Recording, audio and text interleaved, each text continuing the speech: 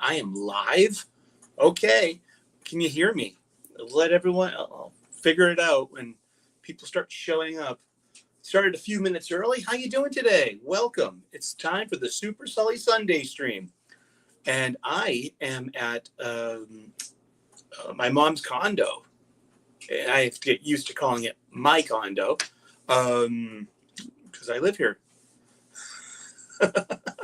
And this is my Fortress of Solitude, and it's my new YouTube studio. I'm gonna, don't worry, it'll make sense more and more in the next coming weeks. And how are you doing? Good to see everyone out there. What we have is low energy Sully today. It was a late night last night. I got to see my first original best friend. I did, and I got to give him his belated birthday present. And we're having an unboxing today. We got a couple of things to unbox. We also got what's in the bag. You know, what's in the bag? We got some funny books that we bought this week, and we are, we're on my iPhone because I don't have my computer with me here yet. I'm not fully moved in. I won't be fully moved in till the new year. I'm just starting to wrap my head around all this stuff I gotta do here. I mean, my mom has so much clothes, and just I need to figure. It's good that I'm giving myself some time to, get everything done. And a lot of that has to do with finding somewhere just to put all these clothes. There's going to be some really nicely dressed, petite women out there, and so some shelters soon. There's a big one called Pine Street Inn here in Boston, and it specializes in battered women and their children, being a safe space for them to leave an abusive relationship with their kids, and they can have resources, networks to help them with their second chance at on a new life. And I'm doing the live stream like this. I can't see. Let me know in the comment section, like in the live chat, if you're out there. I felt bad yesterday. I was on Wes's Thinking Critical's Comics Aficionados, and I'm usually really interactive with the chat. I couldn't figure out how to toggle things between the chat and keeping the StreamYard and not closing the wrong window. So forgive me if you were at Wes's Thinking Critical yesterday, and if I wasn't ignoring anyone. I was just, I was lucky enough to be able to even negotiate the show chat. There's a show chat, and then you can go toggle over to the other comments. And I don't want to touch the wrong button. But yeah, we're the Super Sully Sunday stream and live from our Fortress of Solitude. That's right. I miss my Pikachu. I miss him so much. My Pika. Where is my Pika? Pika's at the Boston studios. Pika will be here shortly. The great migration. And Pikachu will come with us.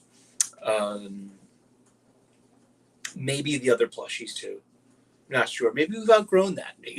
We're going to have a new background, a new setup, and a new studio from the Boston area. Good to see everyone out there. Thank you so much for tuning in. We've got, let's get to it. We're talking about comic books. We talk about pop culture. We talk about spirituality. We talk about cooking. I just blocked a Snyder bro on Twitter. Man, they're obnoxious people. I mean, and in this futile competition, my Superman is better than yours. My Superman has more hope than yours. And it was I didn't come into your mentions acting like a see you next Tuesday. You did. Came into my mentions. Geez, fucking kids, man. like, whatever. And you can't have conversations with Snyder Bros. It's not like there are better things to do if you want to waste your time. You could, eat olive loaf till you puke. You could floss your toes. You can learn the rumba or other exotic dance moves.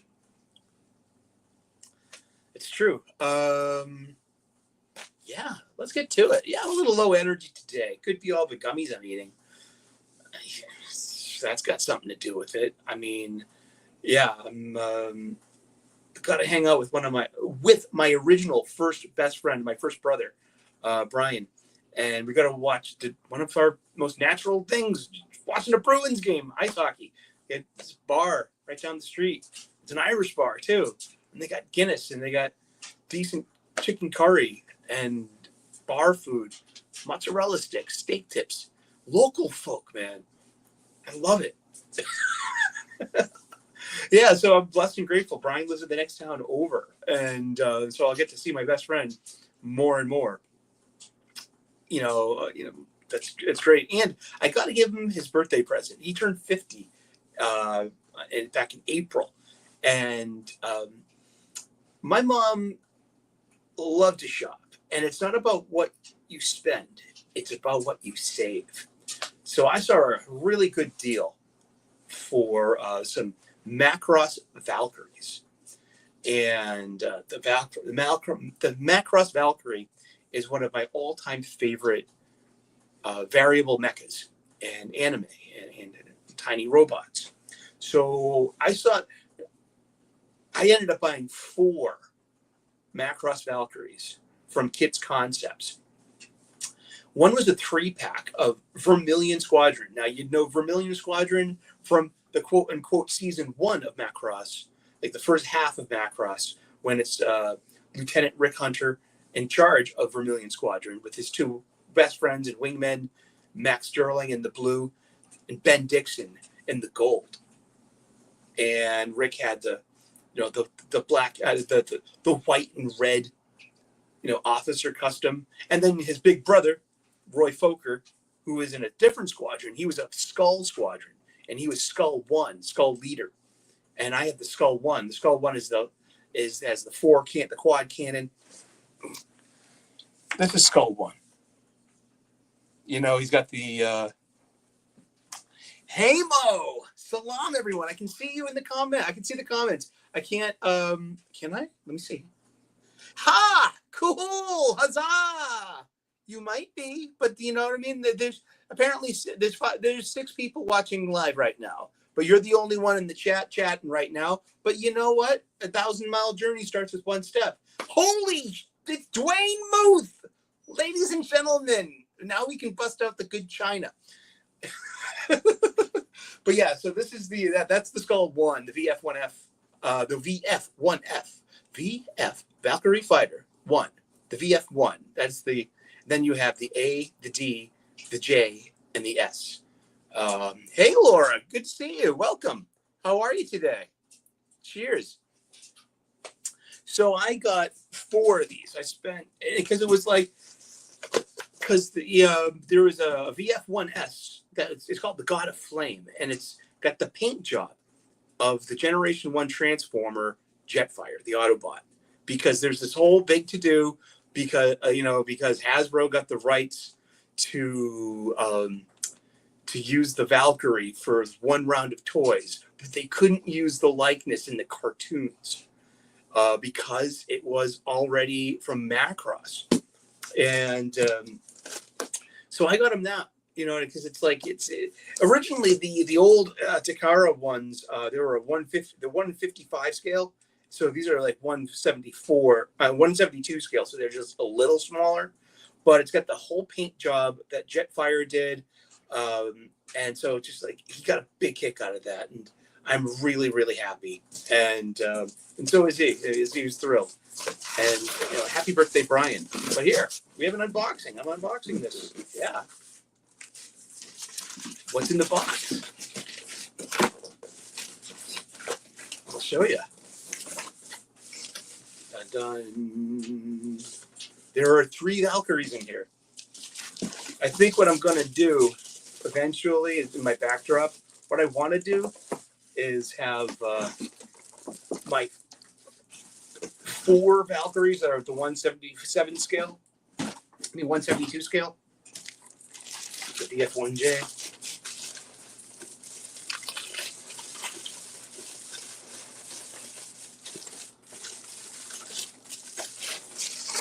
Here we are.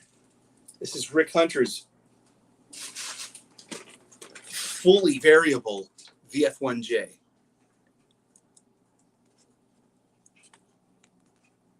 The triangular view screen, double cannon on the head, and yeah. What's in the box exactly?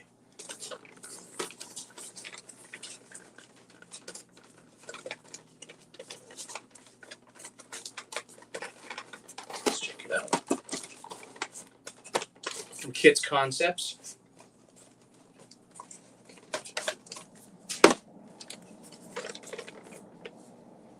KC Collectible Series. It's got both Robotech and Macross on the trade dress there.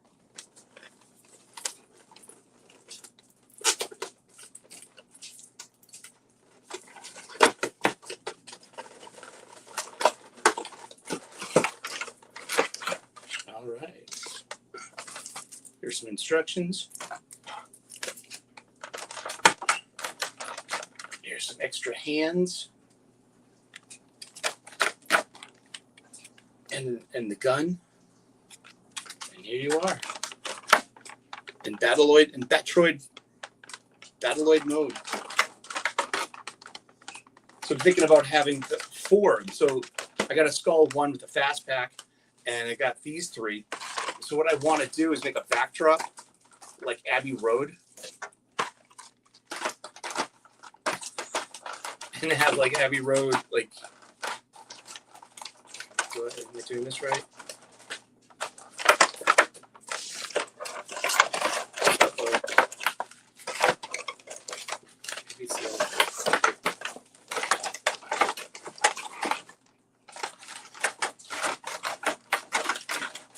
There we go. All right. We have figured it out. Yay! Transform to Guardian mode. And I've got 3 1 in 100 scales that are a little smaller than these ones. So I've got 7 Valkyries. I would have had 8 if I kept the Jetfire, but no, I don't need 8 Valkyries. What I wanted to do was to share the love of this of having tiny Japanese robots in my life. I wanted to share that love with somebody I experienced this with firsthand in 1985 when Robotech premiered. We were gaga over that. We were so blessed and lucky. We were G1 G.I. Joe fans, had so many of that. G1 Transformers. What else do we got? Oh, they don't have a cover art thing? We got Max and Ben Dixon. Ben Dixon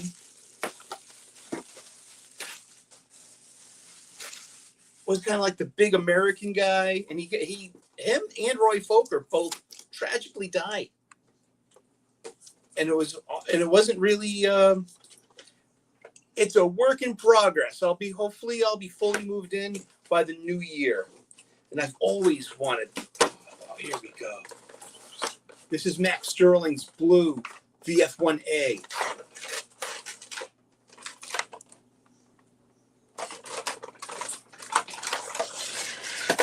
They all come with, the gun pod and extra hands. Cool. Because this was supposed to be paired with, I was going to get a Quadrillea Rao, Melotroni, the Zentroni, the Melotroni females, Miria's, officer's battle pod, Quadrillea Rao. And that was Max and Miria's first date, is when he was defending Macross. And he beat her in an ace duel. So yeah, I've got these fully transformable. This is Ben Dixon's VF1A. The one I lack.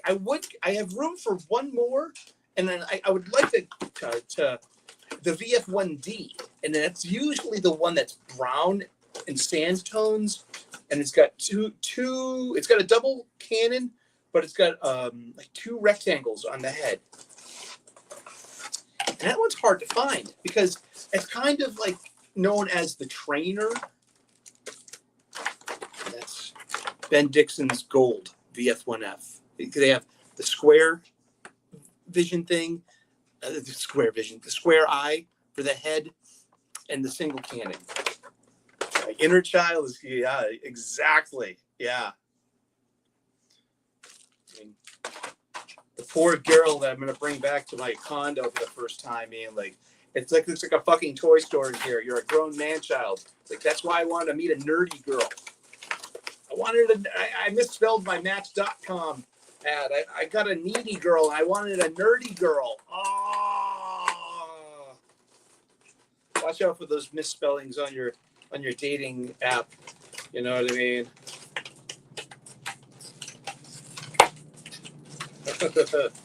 All right. Yeah. I'll figure it out. Made in China. Came from Hong Kong. There we go. Yeah. So we've got 3 Robotech Valkyries. So the God of Flame Jetfire, he was half off.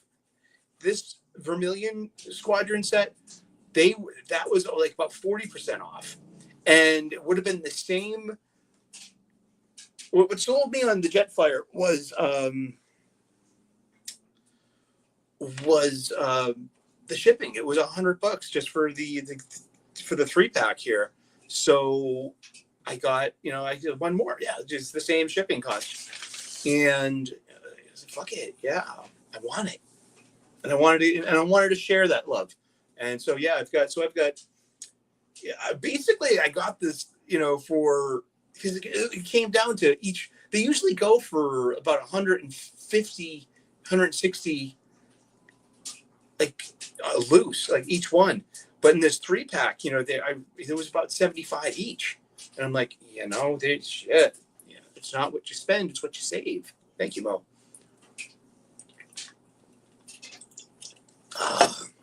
How's everyone doing out there? Trying to keep an eye on the... I collect robots. Iron Giant, Big Guy, Big O, Astro Boy, and lots of odd stuff. Also, all right, let's get some more unboxings. Got a couple of I got 2 crowdfunders that came through. This is from Empire Comics, from Aaron Lopresti, who was big in the 90s and the aughts on DC Comics. He did a lot of Wonder Woman. He did a lot of Robin with Chuck Dixon back in the day. And this was his crowdfunder. He does Wraith of God. He does this one called Kit Carter, Galactic Ranger. And it's cheeky fun about a hot, beautiful, space lady in a spacesuit with a talking monkey getting in and out of hijinks. Hey, Elle, how are you? Good to see you. And I want to apologize to everyone that was in the chat from yesterday's Thinking Critical show. I'm using my iPhone, and I couldn't figure out how to toggle between the StreamYards and the chat because it's new to me, these blinking lights to caveman. But yeah, I mean it's really nice. It's a little oversized, which is it's a really nice dimension. I love Aaron Lopresti's artwork, and just it's look at this splash page, this huge double splash page. Introducing our heroine. Nice. And she get, so it's kind of like Barbarella in a way, and it's original, and it's like it's a really nice set. Talking about the box, about the comic, not just any fustiness. It's colored by Kelsey Shannon. Does the coloring in this is really good, and came with trading cards. I like this. I love the trading cards. It's such a nice touch. You know what I mean? You know, it's the backs of the trading cards. You know, and I got a T-shirt. If I knew I was going to be a little extra sized, I would have got an extra large because I'm more comfortable in an extra large. I mean, all my large T-shirts are a little too snug. I know I should lose a little bit more weight, but I just, you know, I don't know. I'm kind of happy, but like, you know, I'm not happy being. I got really thin a couple of years ago, and you know, I mean, just. And then I had my hernia surgery last year, and I couldn't do anything for 6 weeks, and I fucking gained back all my weight.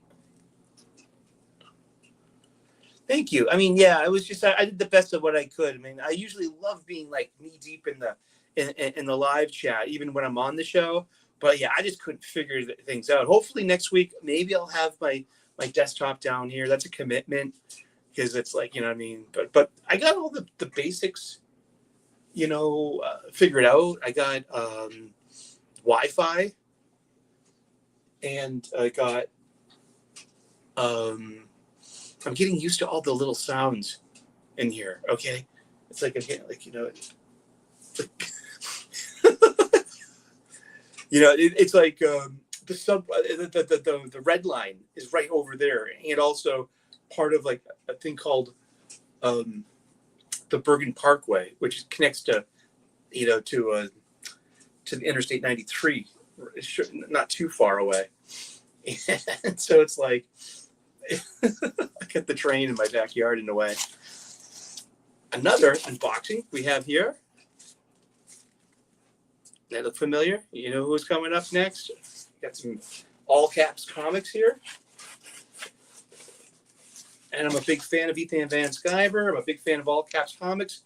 And so I got Cyberfrog, The Diary of Heather Swain, which is, and it's got an issue number, 1.5. So it's a half issue. So this is like, let's take a look. It's a floppy. So it's got 2 staples. Beautiful, huge splash page. This is all artwork by Ethan Van Sciver. I know he's starting to have a lot of different people, you know, do the artwork. I'm really like, he's doing Hierophant with Dave Williams. He did this one too. Like I got a lot of 2 copies of this. You know what I mean? This is Cyberfrog, Heartsick Horror. So this fills in the blanks after, you know, between 1998 and now, like who is Lily's father. So we you know, we meet the man who Heather Swain ends up marrying. But it's art by E.J. Mortgage. See, this is a floppy, 2 staples, as opposed to Perfect Binding, which is glued and gives you a spine that you can have trade dress and copy on. That's the 2 different. Those are the, you know, that's publishing binding stuff, you know. But it's really nice artwork. Art by E.J. Mortgages. I love the ad spot because it's, you know, it's for his own action figures. And he uses the last page of the inside cover for art, for story. And this is just a 22-page comic book. It's a floppy, yeah. But it's part of the big Cyberfrog story. I like Cyberfrog. You know? And I kind of like, you know, yeah. Hey, Pika Shades, how are you? Yeah, sometimes the glue will fall off. Yeah, it really will. Good to see everyone out there. Happy Sunday. I hope you're having a great weekend. I'm having a nice weekend. I'm getting used to living alone. You know, all my adult life, I've It had either lived with girlfriends or had flatmates. And so this is the first time I've like really ever like truly been alone. It's an interesting feeling. So yeah, we got some crowdfunders that came in. And yes, he's also still late on a couple of books. And, you know, in a way, he always will be because he'll always have something to do. I mean, it's getting to be closer to 3 years on Rainbow the Brute. And he doesn't hide from that, but it's also, it's like, it's a big project, I think. And I have faith in that. I really do. I'm looking forward to Rainbow the Brute. And I'll get it when I get it, in a way.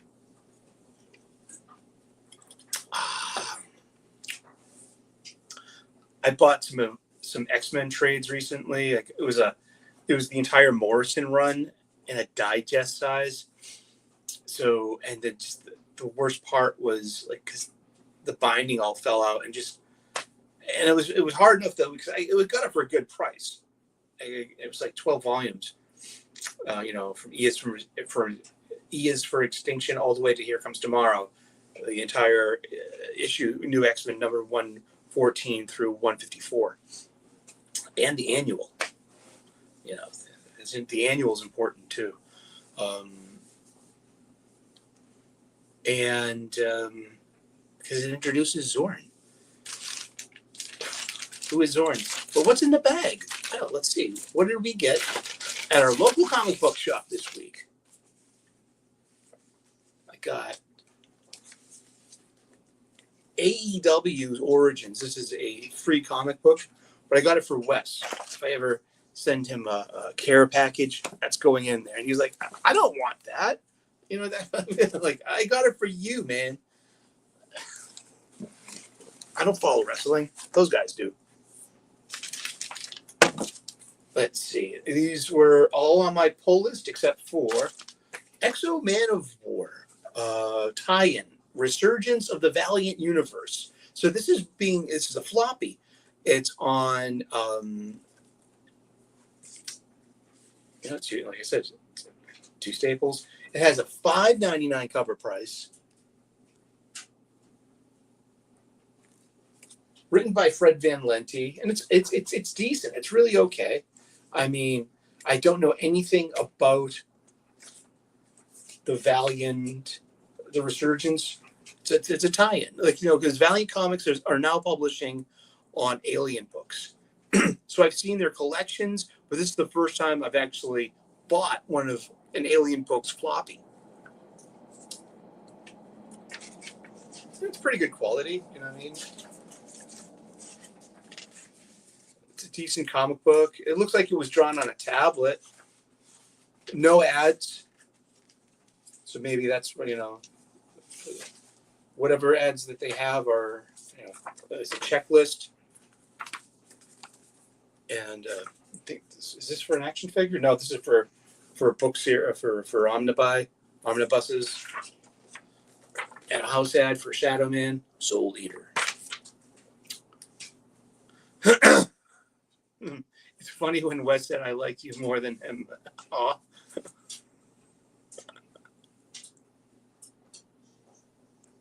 That's cute. But yeah, it wasn't that bad.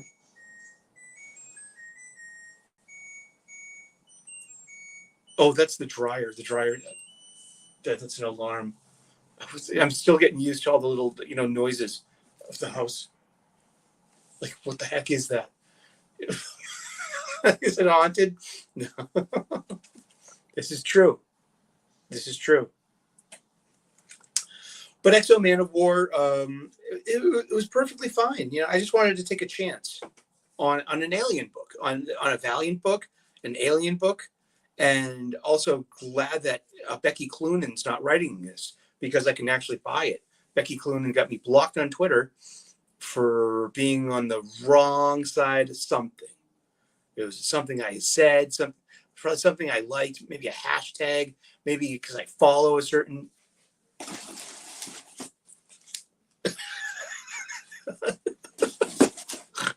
Whatever it is, I refuse to buy Becky Cloonan stuff. Sorry. I know. I don't matter. I know. Oh, your poor Sully. When you just something about it was not matter. Oh, you should have stayed in college. That's how you should have mattered. Oh.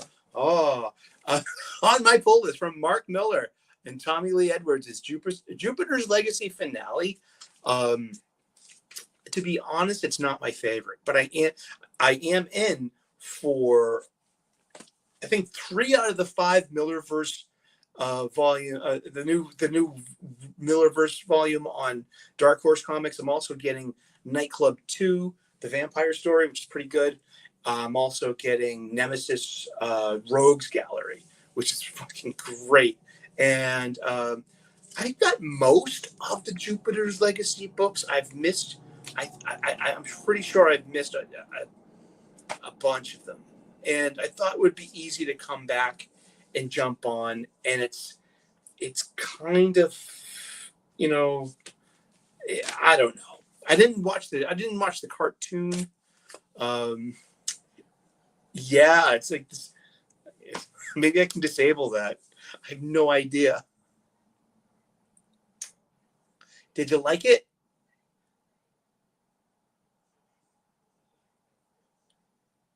But it's a good story, but it's sad as well.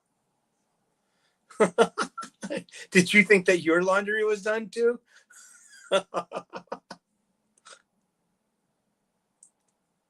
I'm just going through the chat. All righty. What else did I get this week? I'll save the best for last. Ultimate Spider-Man issue 11 was really pretty good. There's a great balance of fight scenes, of Peter Parker snark, of stakes, of danger, and it goes somewhere. It's really good. Why can't every issue be as good as this? Why do we have to get filler issues and shit? I mean, well, that's comics for you, though. My pick of the week, too, is G.I. Joe, A Real American Hero, issue 311, written by Larry Hama. Chris Moningham comes back for art. This is so fun. And there's a civil war going on in Cobra, and the Joes are kind of caught in the middle. And it's Serpentor, known as Serpentor Khan. And in the comics. And of course, he's fighting for dominance of Cobra with Cobra Commander.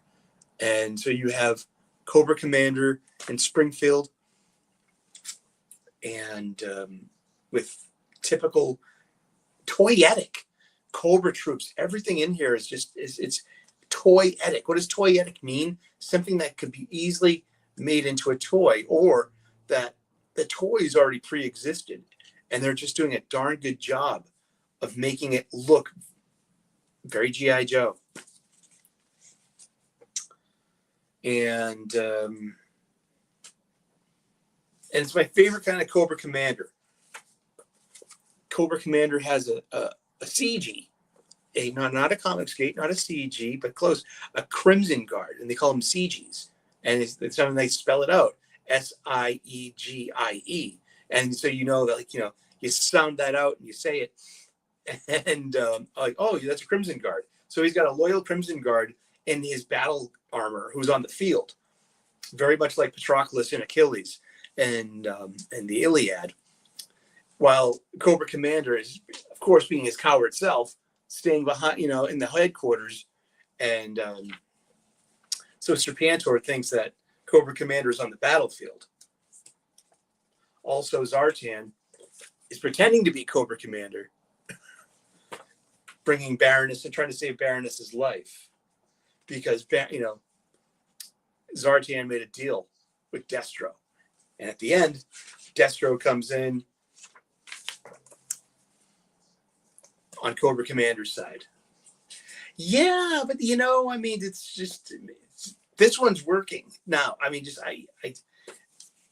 maybe they always will. Better than seeing the Joes. I'd hate to see the Joes get into some kind of Mark Miller Civil War kind of thing, but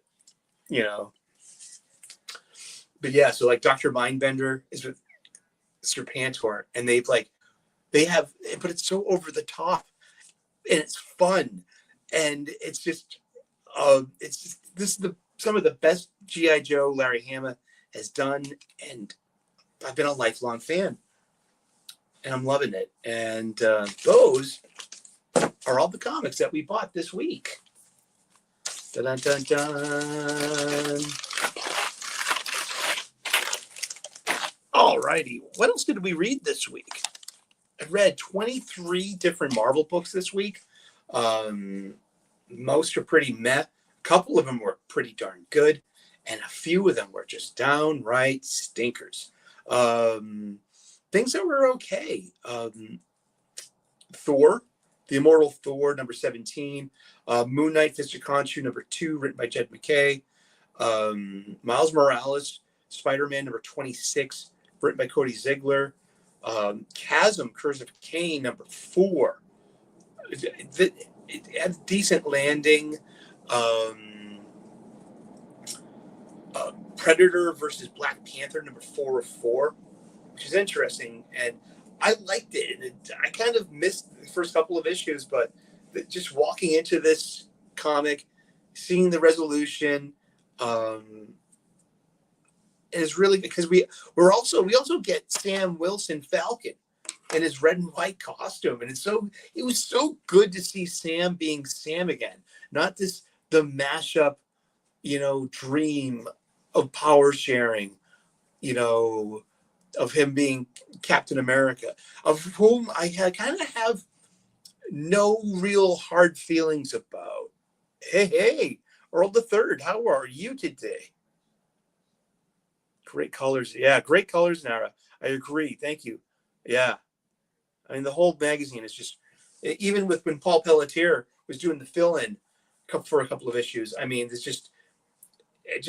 this good stuff. But yeah, so Predator, I don't really care too much. Here's what I care about Captain Falcon America. When I see a cosplayer at a show, at a con, and it's a young black man, and they have the wings, and they're Captain America, motherfucker. You can that's such. I always go up. I love wings on cosplay anyway, but I mean, I have a Captain America cosplay, so it's a real kind of commitment. And but I've seen several young black men dressed up as Sam Wilson Cap, and I always walk right up to him and be like, dude, you look great, man. And just like, thank you, Captain America. Because like, I am a Captain America cosplayer. Okay. So I get nothing but props for my own. Seriously. Yep. Uh-huh. Actually, the first time I went in my Captain America cosplay, I tried to have a little personal kind of mashup to it. So I got me a blue shirt, like a reverend, with with the collar and the white thing in there, and I didn't have like the latex mask with the A on the head, so I used a Stars and Stripes bandana, and I went as Chaplain America, and nobody got the joke. I had to explain it a few times, and I was like, it's kind of but I tried. That was Boston Comic Con 2013. That was like my first con and cosplay. You know what I mean? And I've gone to a few cons before that, but that's when I really started, going to cons regularly. And I love it. That's where your people really are. I might join you. I love, and I also gravitate to the Pikachu outfits that, got a fan on the inside of it. So they blow up and get rotund and stuff. And just like, I always go right to the Pikachus and get, I do. I love my Pikachu. I miss my Pikachu. I really do. I have no one to fight with, or blame the show if it goes sideways. It's all on me this week. And hopefully I'll have Pikachu next week. Yeah, and also Thanksgiving this week too. So I hope you have Thanksgiving plans. mine is I like watching the Lord of the Rings trilogy, the extended cut with the cast commentary track. And so if you start it at 7 a.m., it'll be over by like 8:30 p.m. or 9, depending on like how much you take an intermission, because you gotta watch the credits, because the credits, the music, and also the commentary. I could switch it up a bit and maybe go for the Peter Jackson and the producers, crew commentary tracks, but I can't get enough of the cast, especially all 4 hobbits. Just it's such a natural rapport that these actors had. And hearing Christopher Lee talking about him in his death scene with Wormwood Grima, and he's talking to Brad Dourif, and I know how to do a death scene, Mr. Dourif, something like that, and it's awesome because he was being nice too, but it's like Christopher Lee, and that's what I do on Thanksgiving or Christmas if I know I'm going to be alone. So I plan on having a Hobbit day and enjoying the 7 Hobbit meals. So there's breakfast, there's second breakfast. Breakfast is at 7. Second breakfast is at 9. Then you have 11s, which is of course at 11. And then at 1 you have luncheon. At 3 you have tea, which is served with with biscuits or cookies, as we like to say here. Then you have dinner, and then you have supper. And then there's like you'd have snack after, like maybe like some kind of late snack, supper is more of like charcuterie and beer, while dinner is more of like your roast chicken and starch and veggies and stuff. I got a turkey dinner too. Put it in the freezer, so at least it was turkey, mashed potatoes and gravy and some green beans. Of course I could cook it for myself. I'm a chef. But sometimes you just want, just something to heat up. And so yeah, that's my plan. It's to have a Hobbit day watching the Lord of the Rings extended cut trilogy. And I was never a huge fan of that stuff. I got into this through the Jackson movies, and I like the Jackson movies. And guess what? I just finished a read of The Lord of the Rings by J.R.R. Tolkien, read to me on Audible, and The Two Towers and Fellowship of the Return of the King, parts 2 and 3, were read by Andy Serkis himself, the voice of Gollum. And not only does he do Gollum's voice, he does everyone else's voice so well. He's got so much range. I'm so blessed and grateful to have experienced Lord of the Rings read to me by Andy Serkis. I mean, and his wonderful range. And then you can tell, like, oh, wow, he did more voices than Gollum. He did. I knew this from the cast commentary. He did orc voices, too. But just everyone's got, his Samwise Gamgee sounds so much like Sean Austin, and his Peregrine Took and Mary Brandybuck. Now I remember their names now because, I've read, all of these, I've read them now. Yeah. And I've read The Children of Húrin. So I just have to go back and read The Hobbit and The Silmarillion. And then I'll be complete on my Tolkien and for Middle Earth. But yeah, I've come into it late in life. Yet, let's see. I usually make the sides, but my daughter says she's going to make it, and hubby is making the turkey. I'm making my mom's Chinese sticky rice. Yum! That sounds great. I like that. And but I've got I've got 2 offers with extended family for Thanksgiving. I could go to the North Shore to be with my stepdad and his family, or I could go to the South Shore, and we're kind of in the South Shore right now, at the gateway to the South Shore, and with very close family friends, and I'm just blessed and grateful. Yeah, I have plans. I could have plans, but also, I kind of had my heart set on just putting around watching the trilogy and eating like a hobbit. Have a good night, Mo. Thank you so much for tuning in, and thank you, salam, and may peace reign in this new fortress of solitude. And you'll be seeing the evolution of the office, and just the next version of the studio. Thank you so much. Good night, Mo. Awesome. So those were the decent, comics this week. Let's see some of the bad comics. Star Wars Battle of Jakku. No. Yeah. I read everything that's in my pirate chest. It's not like, and I'm rooting for Star Wars comics. I don't want them to suck.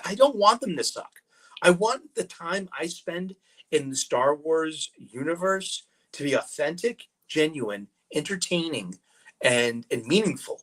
It's a meaningful time spent, a meaningful use of my imagination, and to be comforted with a familiar story.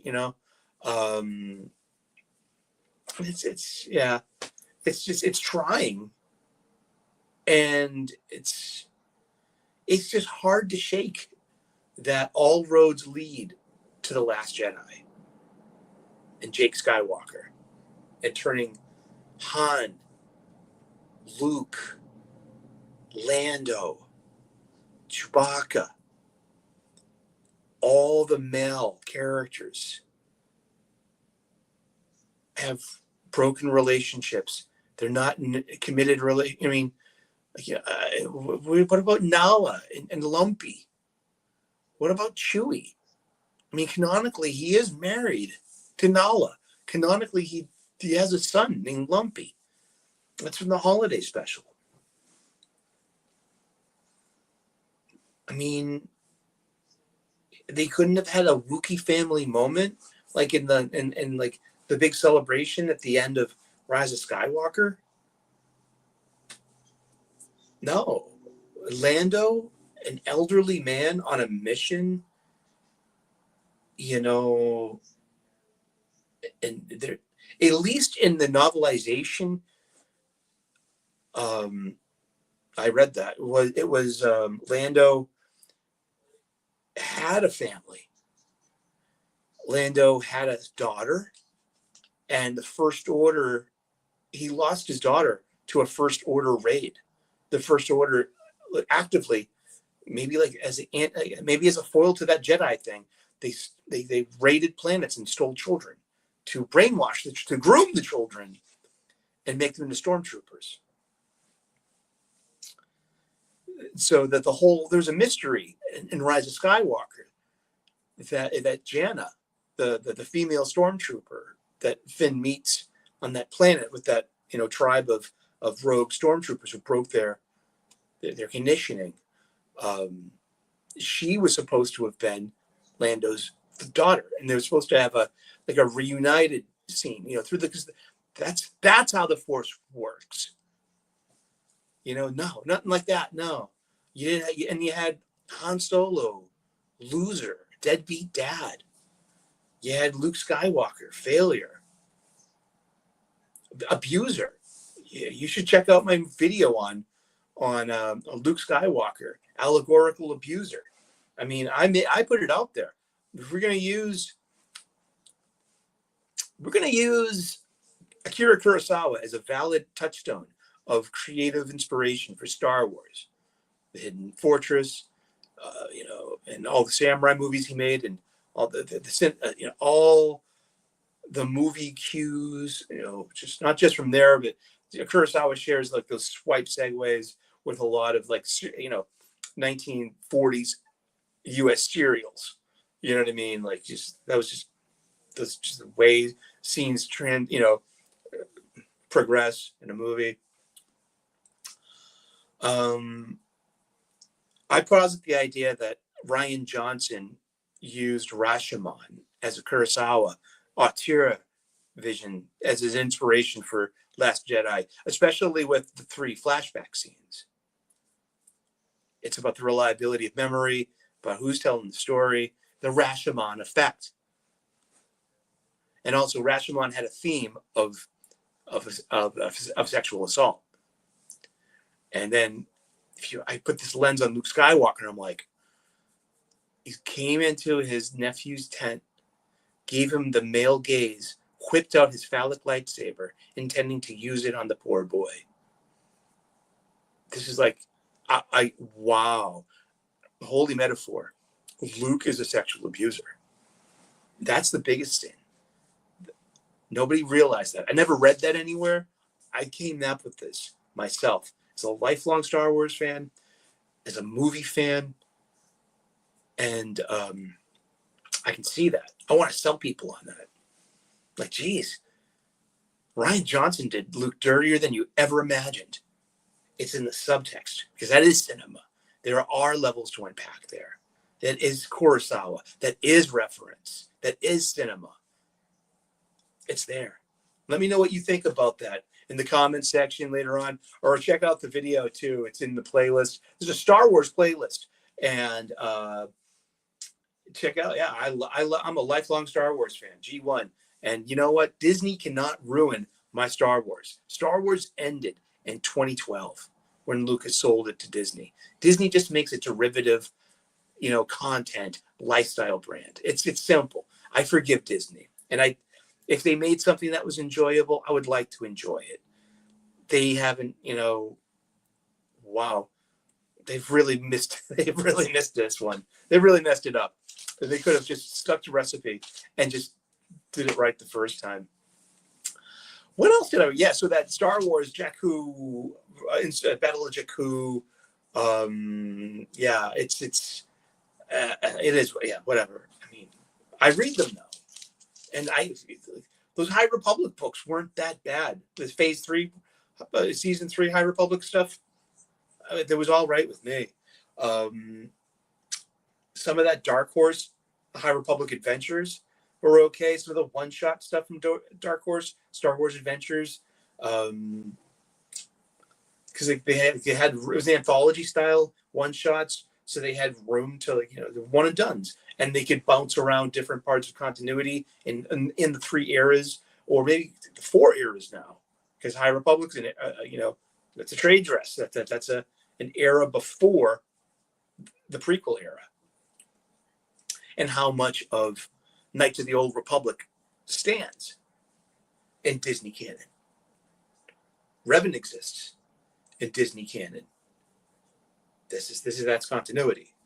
I know just a little bit about Disney stuff, about Disney continuity, basically a movie level, what you would consider G canon, old-fashioned G canon, movies, novelizations, screenplays, that kind of stuff.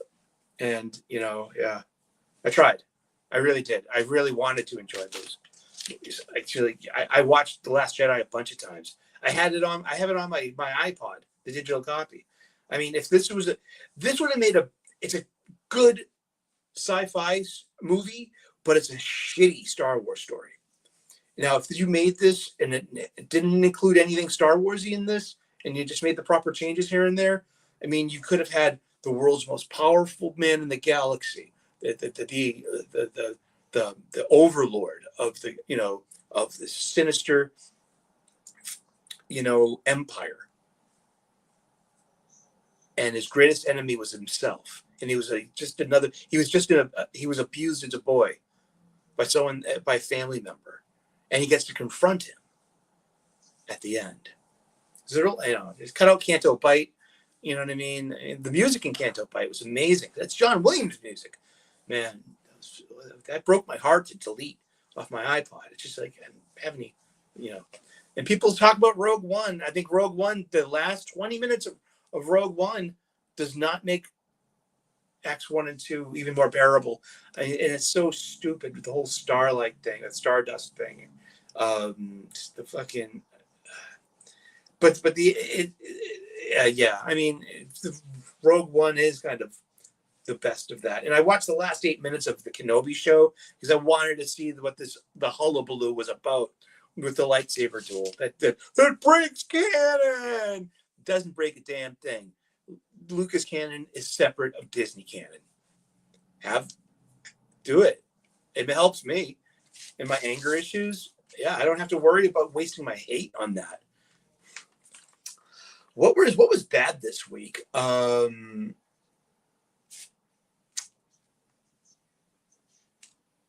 War. It's Jeff. Number 1 by Kelly Thompson. It's a joke on Thinking Critical's Comics Aficionados that like it's a valid joke too. That I like. It's Jeff, the land shark of Disney, because it's cute and it's fun. Some of it has been, you know what I mean? I really I picked up a copy of It's Jeff. Was Adventures in the Jeff verse for my 14-year-old niece. Because I like picking her up comic books. I've given her comic books all of her life. And I read it before I gave it to her. You know, I read the books before I give them to her. You know, they whoa. I don't think there have been books where I'm like, Grant Morrison might be too much for a 13-year-old girl. but she's 15 now, so I did give her Wonder Woman Earth 1 with art by Yannick Paquette in the compact style. And she like, I did say I liked Jeff. I did. I'll stick by that too, because it's cute and it was fun. And I think it was clever use of the toys in the toy box. But this was terrible. It's a Venom War tie-in. It's supposed to be fun. It's supposed to be cute. And it's like, what happens when Jeff gets a symbiote? And hijinks ensue. And we go to the beach. Of course, because he's a shark. You know what I mean? Just like all of Marvel Manhattan is, in zombie war. It's in zombieites, I guess. Symbiotes on zombies. Yeah, huh? And then there are symbiotes, and they're fighting each other. And then there's Dylan Brock, Eddie Brock's son, who's got a Venom. And then there's Eddie Brock, who is Venom, but also someone called Meridius, a time-lost version of himself from a multiverse, who is the ultimate symbiote who beat Null. Are you following anything I'm saying? I don't believe that I actually said that. And then there's Jeff. And, it wasn't cute enough. It wasn't fun enough. And it was just too much dialogue. It's better when it's show, don't tell. It's better when it's more like a Sunday funny book. But it's like cutesy hijinks ensue. It's like, what does he do with the symbiote? They get along. And they make a deal right off the bat. And so he's happy with the symbiote. And then there's like Gwenpool and Kate Bishop and,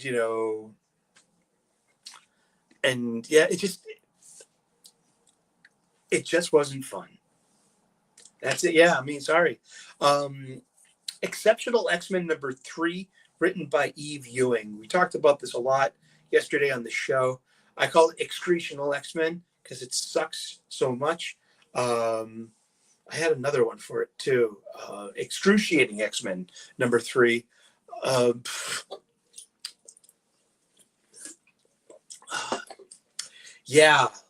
Lots of pronoun stuff. Lots of talking about feelings.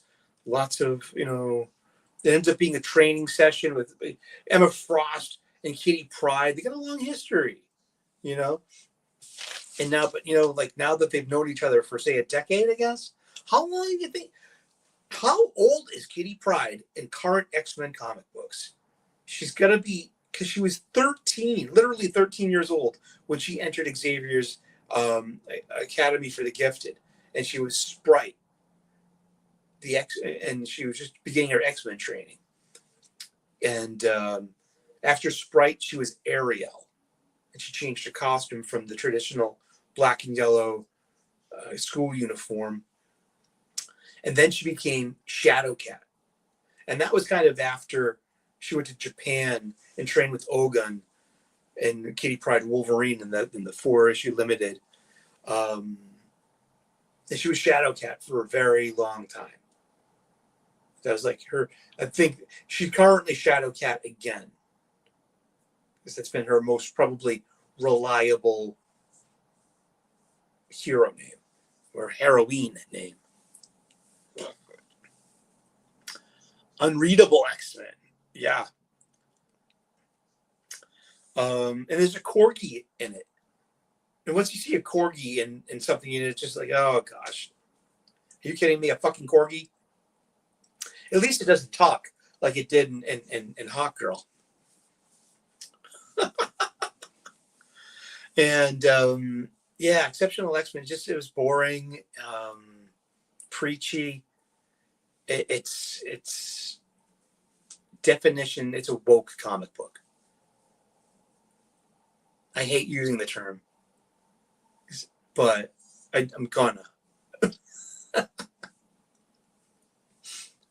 And yeah, I mean, just it suffers from its wokeness. I mean, I read Eve Ewing's Black Panther that just finished up a couple of months back, and it was pretty darn good.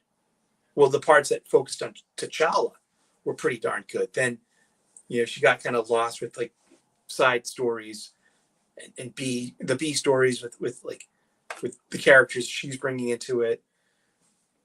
But for the most part, I thought Eve Ewing's Black Panther was a surprise and pretty decent. And this is just, ugh. Well, hopefully it will be a mini whole wrap up. Say it. If they don't, yeah, that's I think Phoenix. I read Phoenix this week. That was terrible too. That's Stephanie Phillips. It was Phoenix issue 5, I think. But what did surprise me? So the 3 Marvel. I didn't read any DC comics this week. I was like, I could have read Wonder Woman. I skipped it. I could have read Titans. I skipped it. I mean, I don't want to read. I skipped Batman and Robin Year 1, issue 2. I skipped World's Finest. I don't want to. I skipped Action Comics. I just don't want to. Mark Waid. No thanks. And I will read it, I guess, if I have to. I mean, seriously, I'm at the point of reading Mark Waid. If I know I'm going to be on the show and we're going to bring up a Mark Waid book, I'll read it. But besides that, I just no thanks.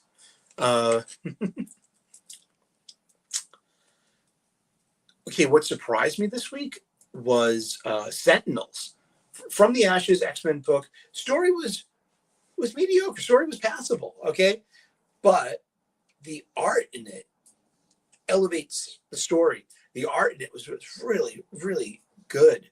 And I think it's like a sleeper hit of the week. Hey, Fear Monarch, how you doing? Ahoy, Boloy. You look like you fell off a Scotch ad.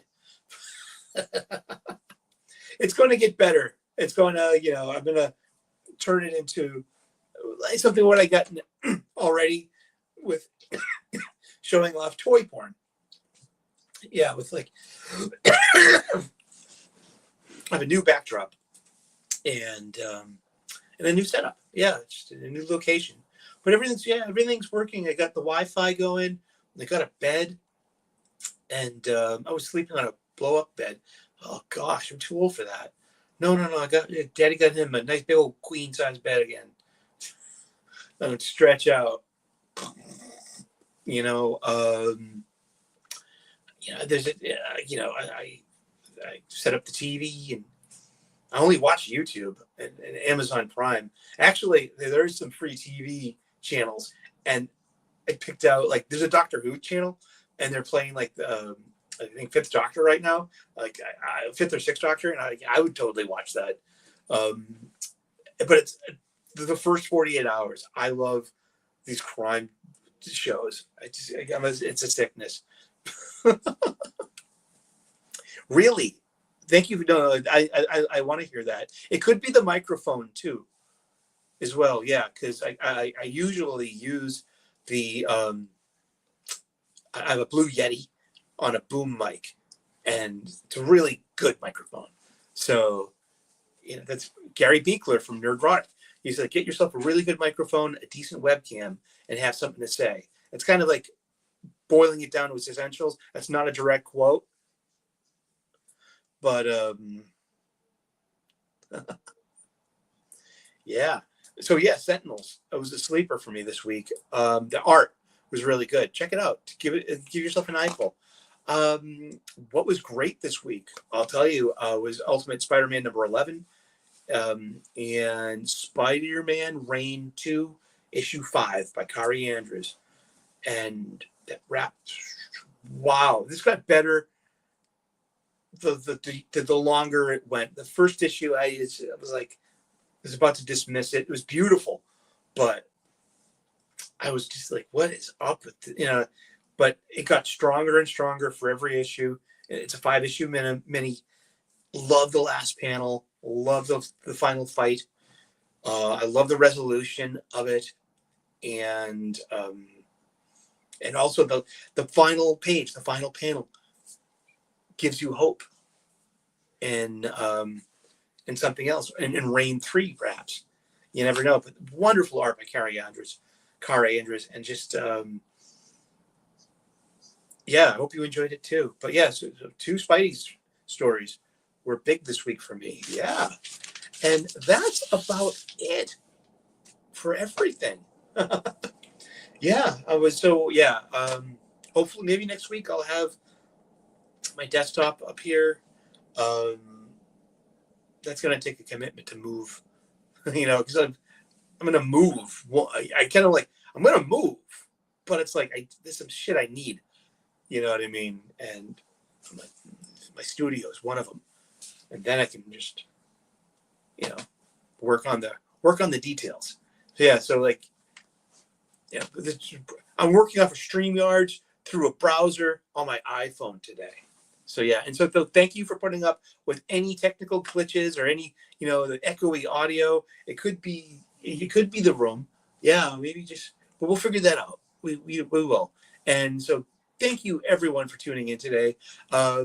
Check out the Gratitude Show first thing in the morning on weekdays, and I'm looking forward to maybe making some more cooking content. You know what I mean? To stretch out a bit, and stream games too. I'm thinking, just play some classic Star Wars games. I've got Jedi Starfighter, I've got Bounty Hunter, I've got Episode 1 Racer, and I've got Super Star Wars. And they came in a 4-pack of digital games with the Battlefront 2, the Battlefront 1 bundle that I got back in 2015. Like, my PS4 is about to hit a decade old. It's been a workhorse of a gadget. I basically use it as a Roku box. I rarely ever game, but just maybe that's something to get back into. And there's a button on my PS4. It just says Twitch or YouTube, and I just hit YouTube, and it does it all, like, just boom. I'm like, okay, that was so convenient. And I did one test run, and like, I need to mix the mic a little better. I got a headphone headset. Yeah, dude, it's gonna be fun. Good to see you, James. How are you? Nice. Yeah, and I don't have a gaming PC, but I have a friend who likes to tinker with hard drives and stuff. So maybe I will. I do have a Lord of the Rings CD-ROM game that I could do it. Oh yeah, hey, good to see you, Matt Bird. Yeah, the hardcover. Wow, it's really good. You know what I mean? I gotta get into the whole story, but yeah, I just got it, and I got the T-shirt too. But thank you everyone for tuning in today. It's just a low energy kind of day for me. I got Wi-Fi though, and I can do at least I can do the show in an abridged version. I miss my Pikachu. See, if I had my executive producer with me, I'd be being motivated, given better show notes, and just it's a little weird without my without my executive producer, who I think shall be here next week. And so shall you, and so shall I. Thank you so very much. God bless. Namaste. Good luck. And we will see you again with more videos and in those funny pages. Ciao. Bye-bye. End stream. Boom.